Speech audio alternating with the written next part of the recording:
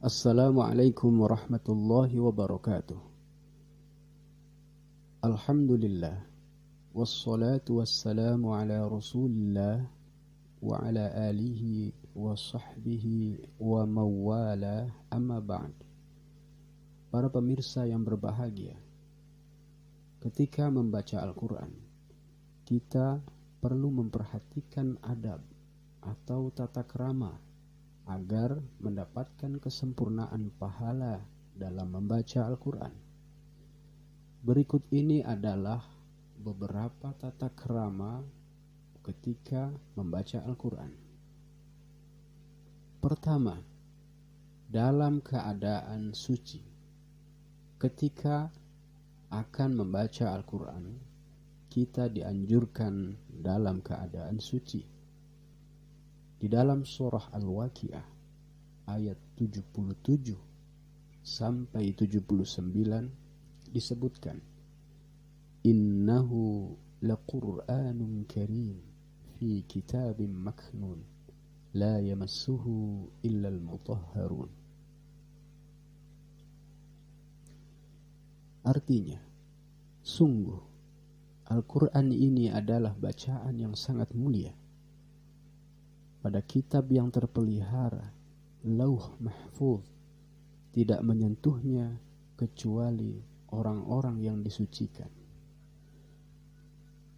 Kedua, berniat lillahi ta'ala atau karena Allah ta'ala. Membaca Al-Quran juga diniatkan semata-mata karena Allah subhanahu wa ta'ala, sehingga kita akan mendapatkan kebaikan dari Al-Quran. Rasulullah sallallahu alaihi wasallam bersabda, Innamal a'malu binniyat wa innama likulli imri'in ma nawa. Artinya, amalan-amalan itu hanyalah tergantung pada niatnya, dan setiap orang itu hanyalah akan dibalas berdasarkan apa yang ia niatkan.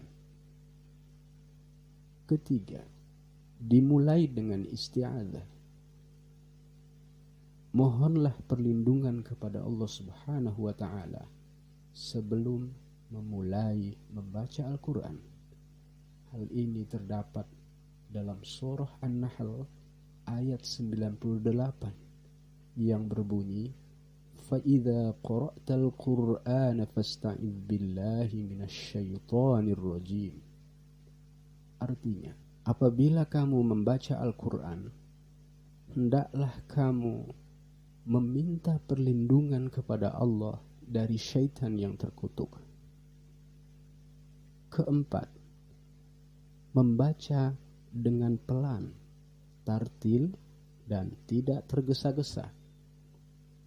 Membaca Al-Quran dengan tidak mengganggu orang yang sedang sholat dan tidak perlu membacanya dengan suara terlalu keras atau di tempat yang banyak orang, sebagaimana Allah subhanahu wa ta'ala berfirman, warattilil qur'ana tartila, dan bacalah Al-Quran itu dengan tartil.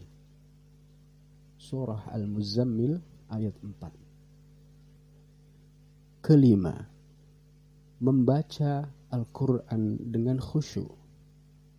Bacalah Al-Quran dengan suara lirih, secara khusyuk, sebagaimana digambarkan dalam surah Al-Isra ayat 109. وَيَخِرُّونَ لِلْأَذْقَانِ يَبْكُونَ وَيَزِيدُهُمْ خُشُوعًا.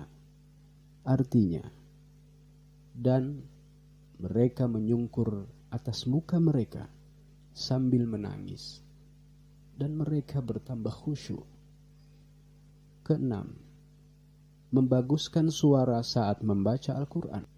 Membaguskan suara saat membaca Al-Quran merupakan amalan sunnah Nabi, sebagaimana disabdakan oleh beliau, Zayyinul Qur'ana bi aswatikum. Artinya, hiasilah Al-Quran dengan suaramu. Hadis riwayat Ahmad, Ibnu Majah, dan Al-Hakim. Di dalam hadis lain juga dijelaskan, laisa minna man lam yataghanna bil Qur'an. Tidak termasuk umatku orang yang tidak melakukan Al-Quran.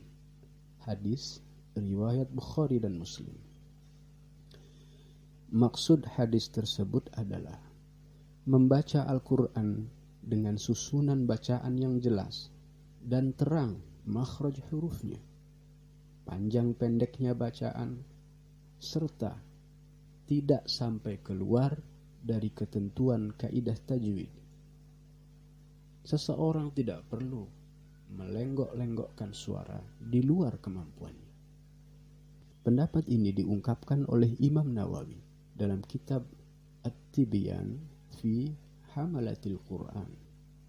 Artinya, mayoritas ulama mengatakan makna siapa yang tidak yataghanna bil Quran adalah siapa yang tidak memperindah suaranya dalam membaca Al-Quran.